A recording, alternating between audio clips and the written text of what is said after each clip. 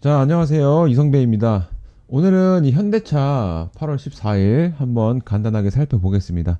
자, 이 종목을 살펴보기 전에 지금 현재 증시 분위기에 대해서 전체적으로 브리핑을 해드리자면, 최근 이 주식시장 분위기가 다시 살아나는 것 같지만 저는 아직 이 침체 가능성은 사라진 건 아니라고 말씀드리고 싶고, 오히려 높다라고 말씀을 드리고 싶습니다.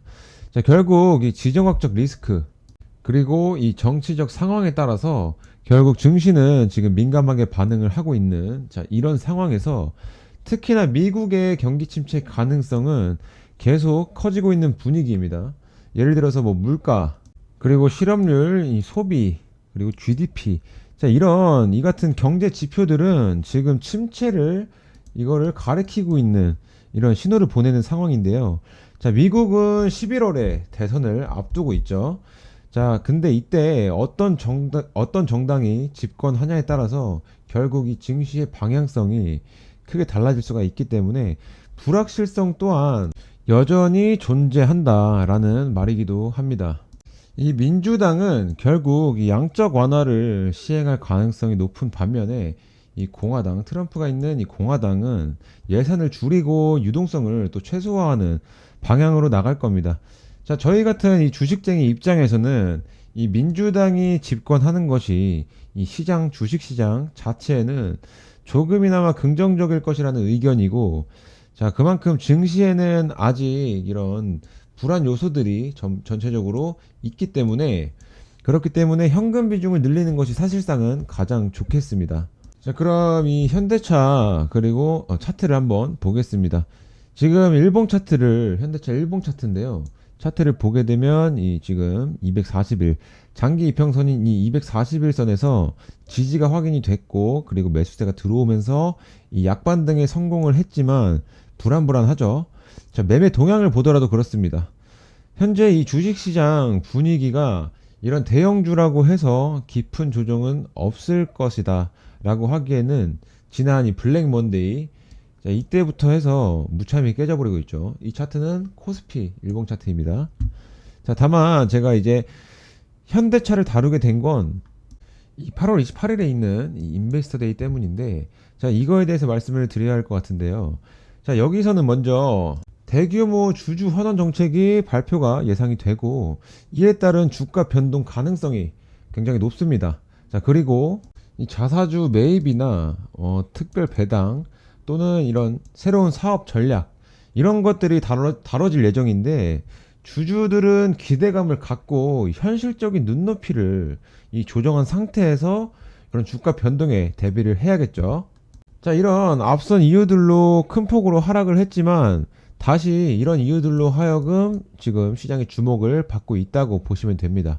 자, 또 일부 증권사에서는 이 자사주 매입이 1조 원 상당 규모의 그런 자사주 매입이 예상되지만, 자, 만약 그런 실제 발표 내용이 만약 이 기대 1조 원 매입이라는 이 기대에 미치지 못할 경우에는 또 주가 하락에 대한 우려도 생각을 해야 할 것 같은데요.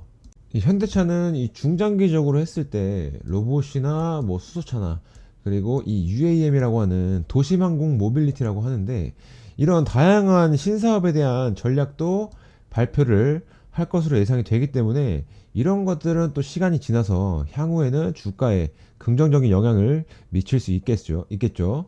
자, 하지만 지금 장세 자체가 이런 경기 둔화, 그리고 또 중동 리스크, 그리고 자동차 업황 둔화 같은 이런 악재들도 여전히 남아 있어서 이렇게 큰 슈팅이 나오는 이런 큰 폭의 상승이나 뭐 기대할 만한 그런 슈팅까지는 어려울 것 같다고 보는 게 저의 개인적인 의견입니다.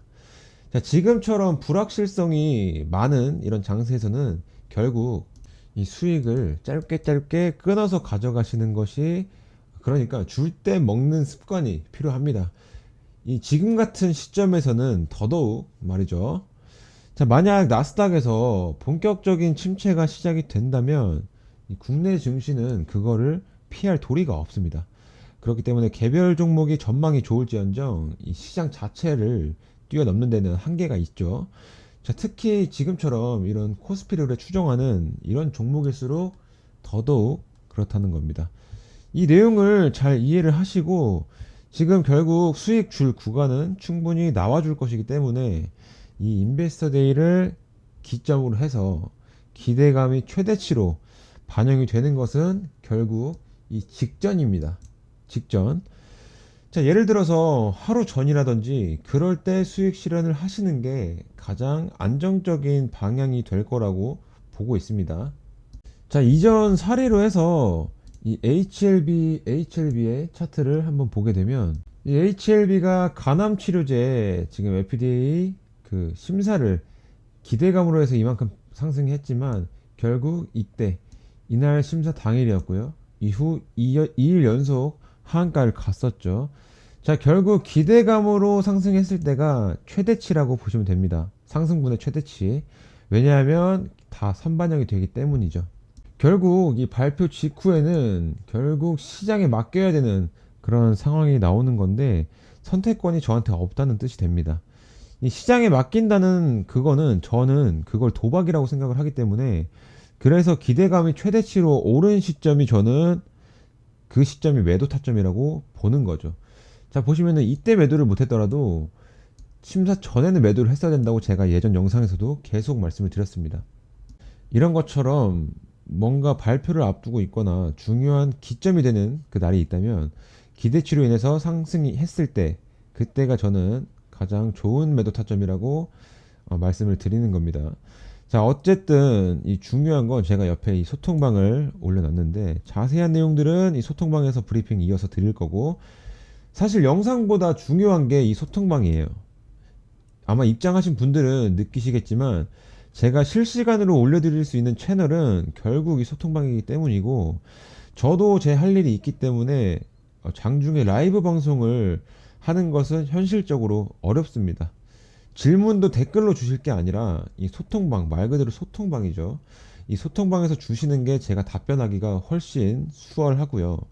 그래서 당연히 비용이 들어가는 게 없기 때문에 그러니까 제가 이렇게 말하는 거겠죠. 자, 공부를 하시던 투자에 참고를 하시던 결국 소통방에 들어오셔서 보시는 게 도움은 확실히 많이 되실 겁니다. 대신 이 들어오기 전에 구독과 좋아요만 제가 눌러주시면 감사하겠습니다.